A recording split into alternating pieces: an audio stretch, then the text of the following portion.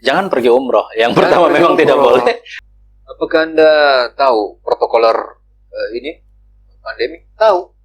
Terus kenapa tidak melakukan? Tidak usah pakai masker. Allah yang atur kok semua. Pada waktu itu ibadah yang paling baik itu bukan pergi umroh.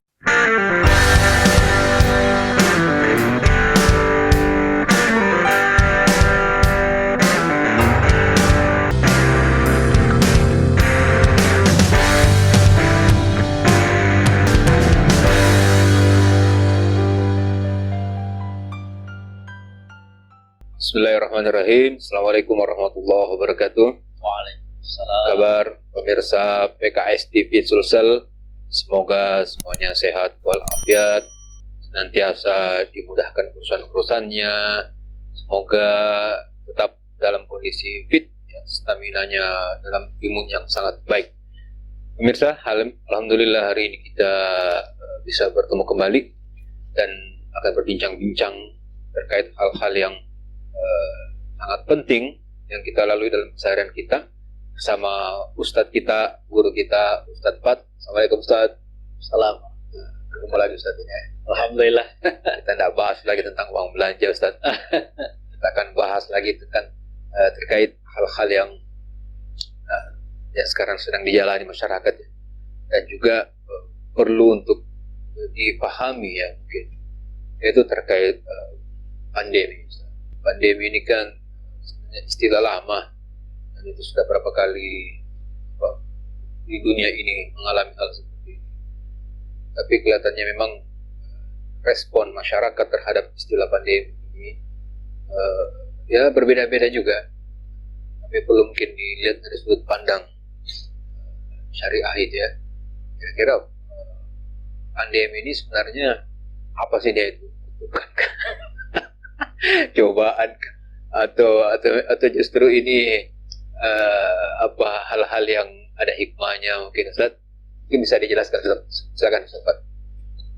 Bismillah, alhamdulillah, wassalatu wassalamu ala rasulillah wa ala alihi wa ashabihi wa man walah. Sebenarnya ya semua yang menimpa kita terjadi dan Allah kemudian turunkan di muka bumi ini tidak lepas dari apa yang menjadi janji Allah Subhanahu wa taala. Kata Allah Subhanahu wa taala, "Wa lanabluwannakum bil syarri wal khairi fitnah." Saya akan menguji kalian. Jadi sebenarnya cobaan itu bukan hanya yang buruk sebenarnya. Karena di sini dikatakan yang khair juga fitnah dan yang kemudian syar juga fitnah. Jadi ini secara umum memang Allah sudah berjanji seperti itu.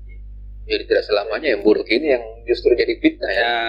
Nah kemudian berkaitan dengan wabah itu ada hadis ya dari Aisyah itu yang mengatakan bahwa kata Rasulullah SAW, jadi Allah itu memang menurunkan wabah gitu, kepada manusia itu akan menjadi siksa gitu bagi sebagian orang, menjadi musibah maksudnya bukan siksa ya, menjadi musibah bagi sebagian orang, tapi akan menjadi rahmat bagi sebagian orang.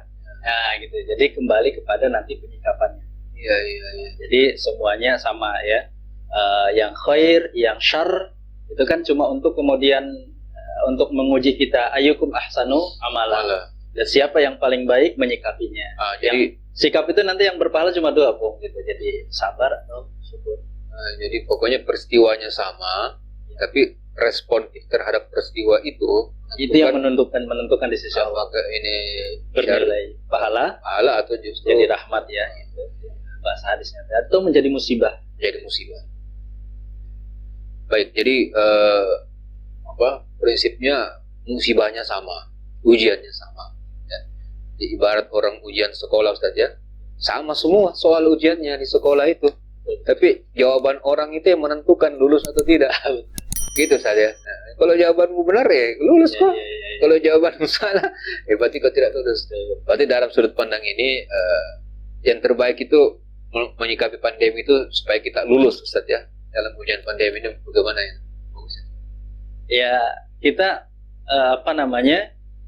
menuju kepada arahan dan apa yang dicontohkan oleh Rasulullah SAW. Yang pertama ya tentu saja sikapi ini dengan sikap sabar. Sikapi ini dengan kemudian mengembalikannya kepada Allah Subhanahu wa taala. Maksudnya mengembalikan kepada Allah itu bagaimana? Bagaimana caranya kita menyikapi ini supaya bernilai pahala di sisi Allah Subhanahu wa taala. Bagaimana dia menjadi pahala ya? Ya, menjadi pahala. Bagaimana dia menjadi pahala. Kemudian mengikuti arahan dari Rasulullah SAW. Termasuk sebenarnya karantina. Gitu, melakukan karantina. Isolasi itu adalah kemudian syariat Islam.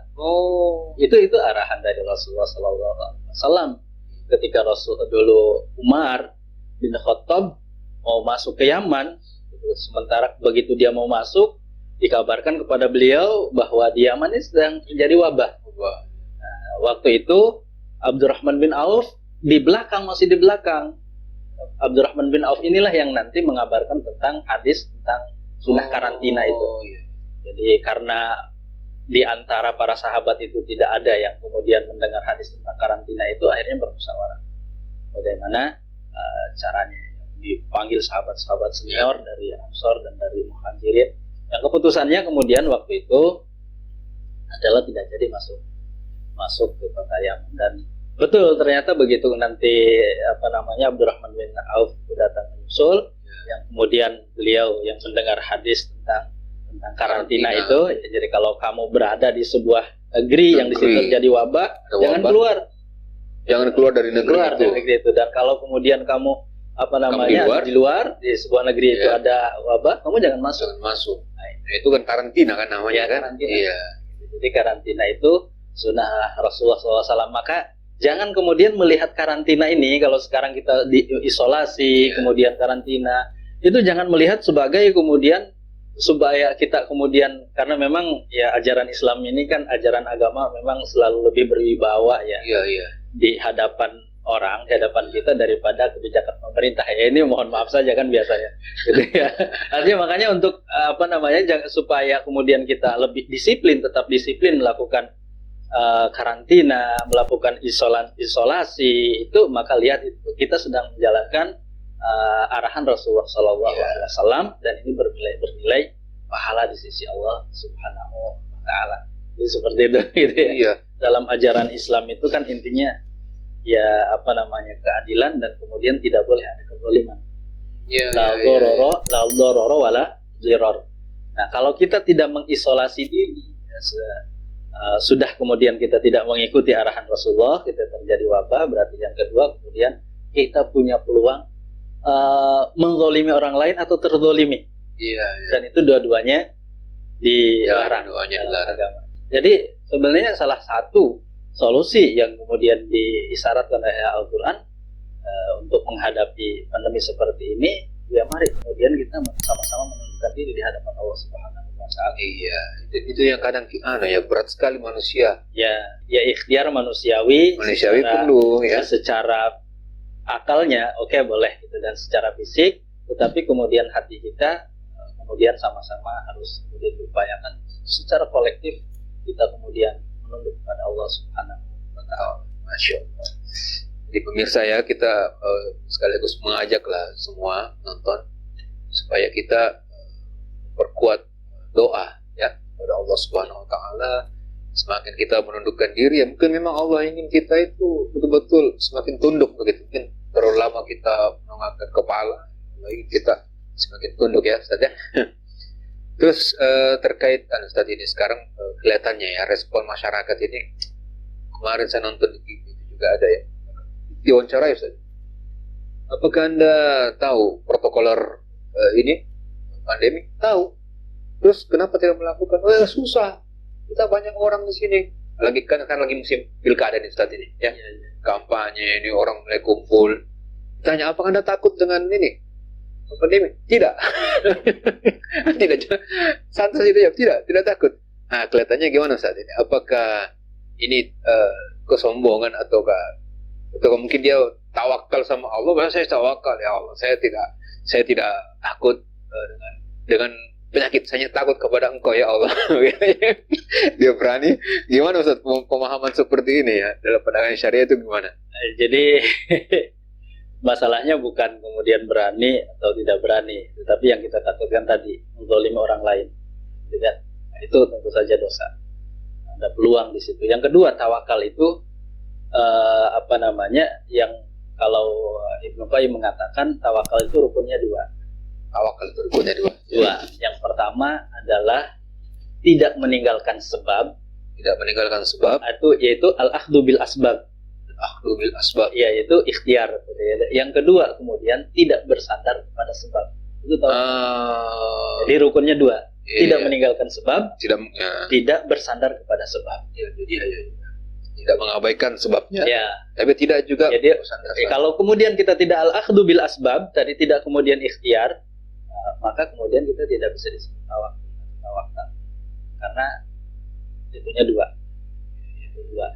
Nah, ya ada memang tawakal yang kemudian mengabaikan sebab-sebab, tapi itu kasusnya jarang dan kemudian itu dilakukan oleh orang-orang khusus. Seperti Umar dulu memerintahkan salah seorang sahabat ketika terjadi kebakaran di sebuah bukit gitu kan, itu suruh didatangi saya sama Umar, didatangi apinya lari. Nah, itu. Atau kemudian ketika kejadian Abu Muslim itu kan mengejar pasukan musuh itu kan di sungai yang luas dan dalam. Lalu dia bilang perintahkan saja seluruh pasukan kaum muslimin itu untuk terjun ke sungai yang dalam dan luas itu. Tapi tidak ada yang kemudian lutut kuda kaum muslimin itu yang terendam air. Gitu. Jadi itu dalam kondisi khusus dan kemudian dilakukan orang-orang tertentu kondisinya memang kondisi tertentu juga. Gitu. Tapi secara umum bahwa tawakal itu tidak meninggalkan sebab, tapi tidak bersandar kepada sebab. Jadi kalau kita kemudian mengandalkan, pokoknya kalau pasti pakai masker pasti tidak kena, itu kan bersandar kepada sebab. Itu juga tidak tawakal. Tapi kemudian meninggalkan sebab, itu juga bukan tawakal. Gue tidak tahu saya pakai masker, Allah yang atur kok semua. Itu jadi tidak menyinggung lagi tidak menyinggung siapa-siapa. Tapi kalau ada tersinggung, alhamdulillah untuk kebaikan kita semua. Memang di sini kita untuk nyinggung-nyinggung ya. Nyinggung. Jadi sebelum kita disinggung Allah nanti kan tidak memberikan nasihat. Saya ingin coba menyentuh sisi Ustaz. Apakah kira-kira kalau kita isolasi diri, karantina, betul itu rezeki itu jadinya menjauh dari kita begitu, bahwa kok nggak kerja di rumah, kok tinggal di rumah nggak kerja, tidak ada rezeki. Jadi ini pemandangan pemerintah sekarang kasih new normal lagi supaya ekonomi berputar. Kalau rezeki itu datang kalau bekerja keluar, bukan di rumah begitu. Work from home ini gimana saat ini logikanya seperti itu? Ya kalau bicara rezeki ini memang sesuatu yang agak sulit dan sensitif ya. Para ulama juga memang ada yang berbeda pandangan ketika kemudian rezeki. Tapi juga mereka kemudian mengatakan bahwa memang rezeki itu bermacam-macam. Artinya ketika kemudian kita diam, memang ada rezekinya berapa. Tapi ketika kemudian kita ikhtiar, ada berapa rezekinya. Kemudian ketika kita banyak istighfar, ada berapa ada juga bobot ketika rezekinya. Kemudian bersedekah, berapa rezekinya. Jadi nanti banyak variabel nanti gitu. Jadi semakin banyak variabel yang mengundang rezeki itu, nanti banyak juga kemudian rezeki yang datang seperti itu. Tapi ya memang ini PR kita bersama. Sebenarnya PR kita bersama bagaimana kemudian kita bisa membangun ekonomi keluarga dari dalam rumah. Nah, ini mungkin nanti Wang Udi nih yang punya kapasitas untuk berbicara ini sebenarnya bagaimana kemudian ekonomi itu bisa kita bangun, tetapi kita tetap dalam kondisi melaksanakan protokol kesehatan ya. Gitu. Jadi kesehatannya dapat, tidak saling menyebarkan kemudaratan, tapi kemudian ekonomi itu juga terbangun. Apakah pemerintah harus mengorbankan salah satunya ya?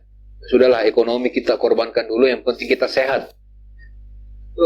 Karena kalau dikasih dua-duanya begini Ustaz, Anda tetap keluar tapi jaga jarak begini, kelihatannya banyak pelanggaran nggak muncul lagi. Kalau kita merujuk misalkan ke kaidah usul fiqh misalkan ya nanti memang ada hitung-hitungannya.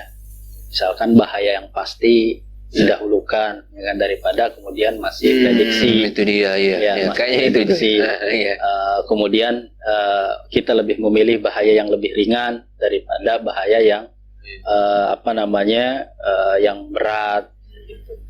Cuma yang jadi masalah mungkin tidak bisakah seluruh anak bangsa ini, seluruh elemen potensinya dikoordinir oleh pemerintah, kalaupun jadi ketika melaksanakan kebijakan itu terukur. Misalkan PSBB tadi.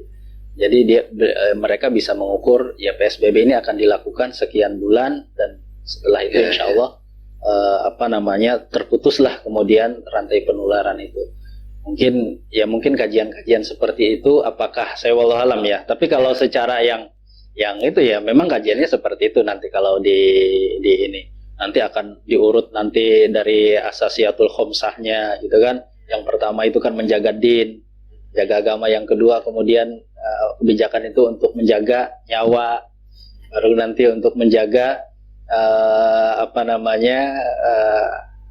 harta, baru nanti untuk menjaga nasab dan seterusnya gitu. Jadi seperti itu. Jadi memang nyawa itu menjaga nyawa, cuma satu tingkat di bawah menjaga ini ya, agama. Ya. Jadi kalau begitu ya kita tentu yang paling urgen sekarang adalah kesehatan, Ustaz. Karena ini yang paling mendesak. Ya, keselamatan nyawa ini, Ustaz. Karena memang masalah prediksi-prediksi itu memang kita masih menganalisa ya. Kita nggak tahu ya. Bahaya yang pasti itu didahulukan daripada prediksi kan gitu kaidahnya. Ya, jadi ya sabar-sabar saja ya kita. Masalah ekonomi ini insya Allah ya kekhawatiran kita kan belum juga terbukti ya. Ya, kemarin juga kan sebenarnya pernah terjadi di kita PSBB itu kan luar biasa. Termasuk masyarakat juga saling menanggung itu luar biasa kan ya. Dan ya memang ketika dalam kondisi seperti itu, ibadah itu kan yang utama itu kan juga tergantung momen dan keadaannya, Pung. Jadi kalau dalam kondisi misalkan masyarakat banyak yang tidak berpenghasilan, tidak bisa berpenghasilan gitu. Banyak yang membutuhkan uluran tangan, maka kemudian pada waktu itu ibadah yang paling baik itu bukan pergi umroh, tetapi kemudian bersedekah, memberi makan saudara-saudara kita. Kesempatan bersedekah ini sekarang ini lebih utama. Lebih utama. Ya kan, selain karena momen, misalnya kata Ibnu Qayyim, ibadah itu ya yang paling utama itu sesuai momennya dan sesuai keadaannya. Soal momen itu maksudnya begini, ketika azan dikumandangkan pada waktu itu berarti ibadah yang paling utama itu adalah menjawab azan. Meskipun kita membaca sekian banyak misalkan keutamaan membaca Al-Quran, ketika meninggal azan jangan baca Al-Quran tapi menjawab azan. Dan sesuai keadaannya. Seperti ini. Kalau keadaannya kalau memang sudah lewat itu bacaan azan, kita tidak bisa lagi jawab lagi ya. Sudah. Betul. Jadi sekarang momennya ya karena lagi kesulitan pangan, banyak kesulitan pangan, keterbatasan ekonomi, mata pencaharian. Justru momennya bersedekah ini. Jangan pergi umroh. Yang pertama memang tidak boleh. Yang kedua memang kalaupun boleh harusnya kemudian jelas-jelas bahwa kemudian yang paling jauh lebih utama kemudian kita berbagi dengan tetangga kita, dengan saudara kita yang membutuhkan daripada kita pergi umroh. Nah, orang Sulsel ini kan kegemaran umrohnya tinggi, gemar. Nah, ya jadi sebenarnya orang Sulsel itu kalau punya tanah, Ustaz, itu cuma dijual kalau untuk kalau bukan pendidikan, kesehatan sama umroh haji. Jadi ini menurut info dari perbankan itu seperti itu. Ini kesempatan mendapatkan yang lebih baik dari itu. Bukan di rumah supaya maksimal begitu. Banyak sekali. Bahkan sebenarnya ibadah itu kan yang terbanyak di rumah daripada di masjid. Bahkan sholat sendiri kata Rasulullah SAW, afdalu sholati ahadikum itu fi baitihi ilal maktubah. Jadi yang paling utama itu sholat kita itu adalah di rumah, kecuali sholat fardu 5 waktu itu dalam kondisi normal kan gitu, dalam kondisi normal. Jadi memperbanyak sholat, kemudian memperbanyak tilawatul Quran, kemudian membantu. Ini juga ibadah tuh, membantu pekerjaan rumah. Kan di hadis itu Rasulullah kan menjahit pakaiannya sendiri, memperbaiki sendalnya sendiri. Gitu ketika mendengar azan baru kemudian pergi ke masjid. Termasuk juga kemudian melakukan ya bercengkrama dengan anak-anak kita supaya mereka tidak kekurangan kasih sayang ya. Itu banyak sekali hadis tentang bercengkrama Rasulullah SAW itu gitu. Ketika Fatimah datang, marhaban ya Banati gitu kan, selamat datang anakku, dipegang tangannya, dicium tangannya, diajak dulu itu, masya Allah. Juga kemudian Hasan Husain itu kan dicium. Makanya ada seorang sahabat ketika itu aneh gitu, kamu mencium cucu kamu? Ya, iya kata Rasulullah, saya punya anak Rasulullah 10 katanya, nggak pernah saya cium. Kata Rasulullah, malayarham layurham. Ya, tidak kasihnya tidak akan disayang. Masih banyak kemudian membangun mungkin tradisi literasi dan keilmuan keluarga, termasuk yang tadi kalau saya itu membangun ekonomi keluarga dari rumah, mungkin ini yang kemudian PR terbesarnya ini yang agak sulit gitu. Ya, Ustadz sebut PR ya, saya jadi ingat anak-anak saya yang atau anak-anak pemirsa juga, anak Ustadz juga berkali yang lagi sekolah sekarang itu di rumah semua kan. Itu kan banyak PR-nya sekarang gitu Ustadz. Itu mungkin satu amalan juga ya, membantu anak-anak itu belajar di rumah itu. Ya. Aslinya kan kewajiban mengilmui anak gitu ya, kewajiban kita.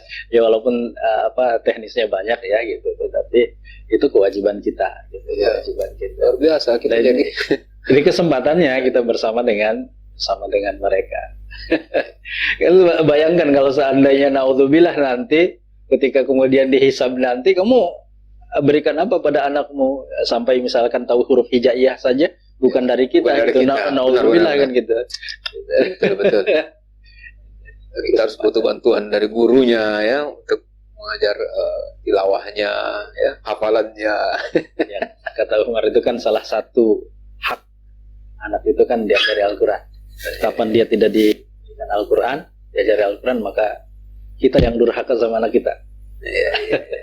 Dicarikan ibu yang baik, dicarikan nama yang baik, diajari Al-Qur'an, itu kan bentuk yang merupakan hak dari anak kita. Terus Ustaz, kalau saya balik sedikit ya, soalnya faktanya. Kalau kita tadi mengkarantina diri karena semangat ini perintah Rasulullah, maka kita dapatkan kemuliaan. Kita sudah membahas terkait pandemi pada hari ini dan segala sesuatunya dikaitkan dalam konteks syariah dan bagaimana kita sebaiknya menilai melakukannya ya, dan menilainya kondisi ini dengan baik. Tadi Ustadz Fat sudah jelaskan bahwa ya ujiannya sama, respon kita terhadap ujian ini menentukan hasil yang kita peroleh ya, apakah kita mendapatkan pahala atau justru mendapatkan dosa ya, karena kita salah dalam merespon ujian ini. Kita sudah 25 menit bersama-sama dan saya kira banyak sekali informasi yang sudah kita bagikan. Jika ada pertanyaan atau komentar bisa diisi di kolom komentar di channel ini, atau ada usulan ya topik apa yang akan kita bahas bisa dimasukkan di komentar. Dan jangan lupa untuk like, share, and subscribe ya, channel PKS TV Sulsel.